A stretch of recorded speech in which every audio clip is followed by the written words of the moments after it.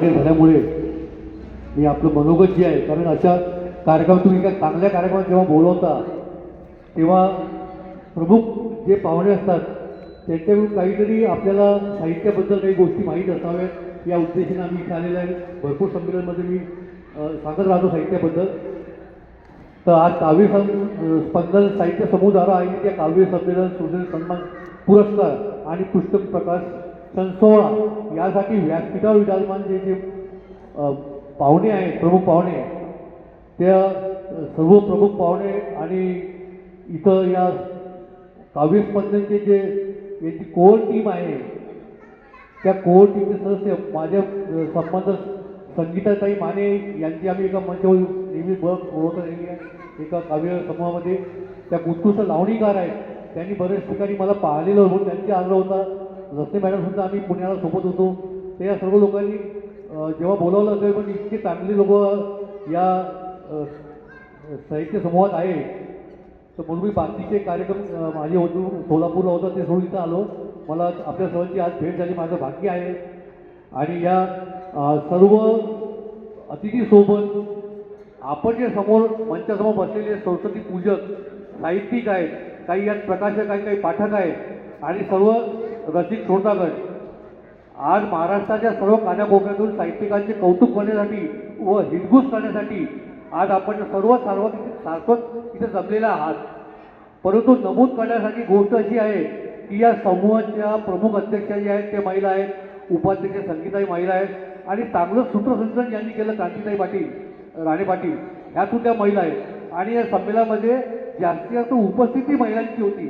म्हणजे ही जे आपली स्त्री शक्ती आहे आणि या साहित्यिक चळवळीकरता ज्या सावित्रीबाईंच्या लेखांनी इथं योगदान दिलं त्या सर्वांचं मी मनापासून त्यांचं कौतुक करतो की त्यांनी आपलं कुटुंब सांभाळून सुद्धा इथं आपल्या साहित्यिक मंचावर सुद्धा ते आपलं प्रतिनिधित्व करतात.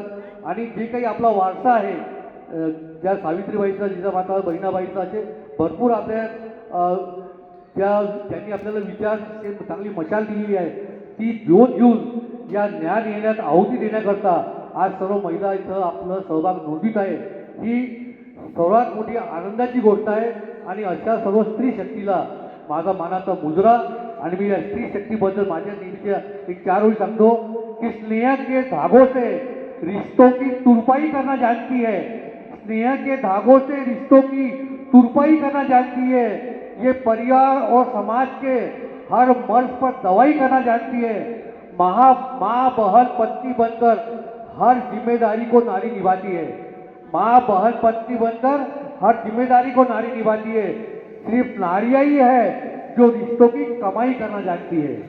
तो आप लोग जो है आपने रिश्तों को कैसे बचाना, ये आप लोगों का सही में ये बहुत बड़ा योगदान है समाज के लिए. आणि सर्वप्रथम मी या मंचाचे सुद्धा आभार मानतो की त्यांनी मला या ज्ञानकुंभात आपल्यासारख्या जे थोर सारखोट लोक आहेत त्यांच्यासोबत उभं राहण्याचा मला मान मिळवून दिला. म्हणून मी या माझा गौरव तुम्ही जो वाढवला म्हणून प्रत्येकाचा मी आभारी आहे. आता आपल्याला थोडं साहित्याबद्दल मित्र चर्चा करायची आहे की आपल्या इतिहास, संस्कृती, कला, साहित्याची या महाराष्ट्राला फार मोठी परंपरा आहे. भारतात बोलल्या जाणाऱ्या ज्या भाषा आहेत त्यामुळे सर्वात जास्त भाषा दुसऱ्या नंबरवर मराठी बोलली जाते.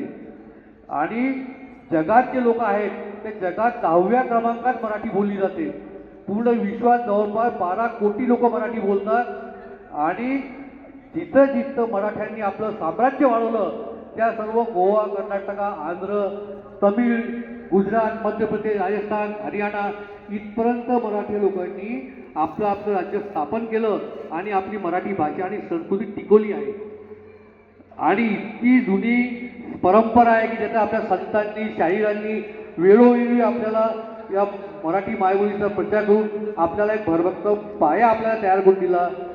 आज त्याच्यावर जी परिस्थिती आज मराठी भाषेमध्ये येत आहे थोडीफार या तंत्रज्ञानाच्या युगात, मोबाईलच्या युगात जी परिस्थिती आली आहे त्याच्यावर विचार मंथन करणं हे आपलं काम असं आहे की एक आपली पिढी मी समजतो अशी आहे की तिनं मागचा काळसुद्धा पाहिला की ज्याच्यात पत्रसुद्धा पोस्टाने आपण पाठवतो, लिखाण प्रत्येक गोष्टी करतो.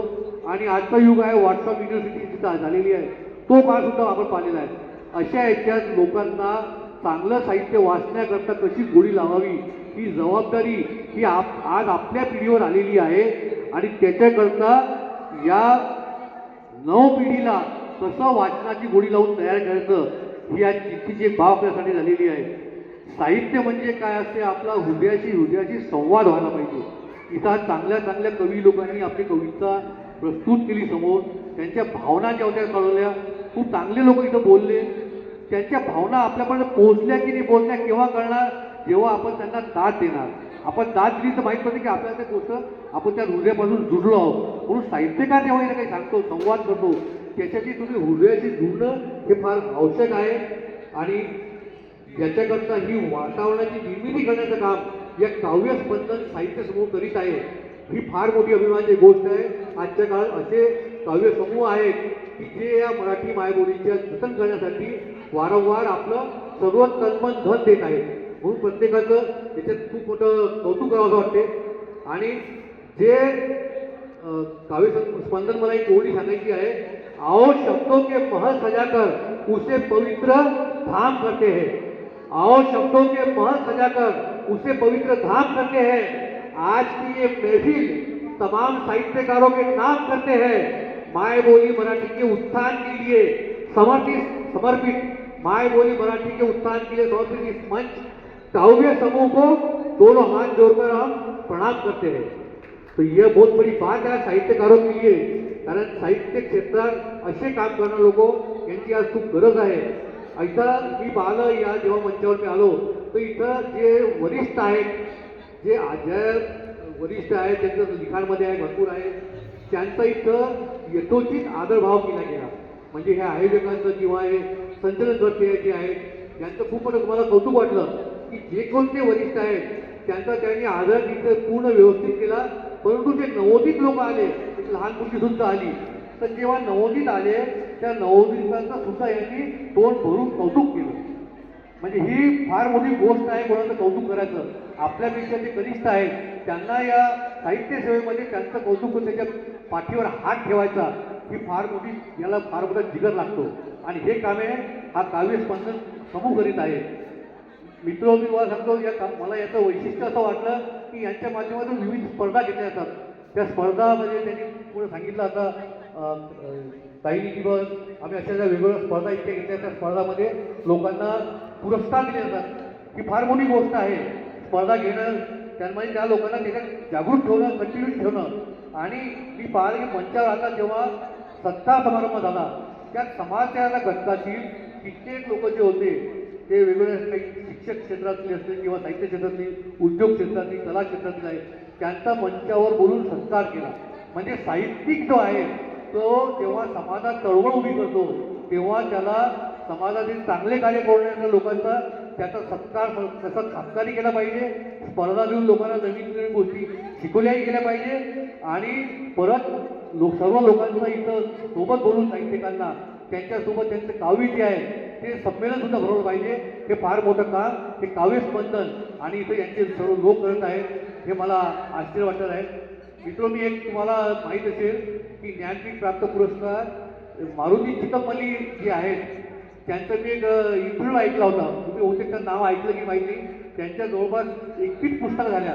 ते निसर्गात राहून फॉरेस्ट ऑफिसर होते. तर त्यांनी म्हटलं होतं की कविता कशी करावी आणि साहित्य कसं लिहावं याच्याबद्दल त्यांचं इंटरव्ह्यू मी अवश्य वाचा. फार सरळ साधा व्यक्तिमत्व आहे.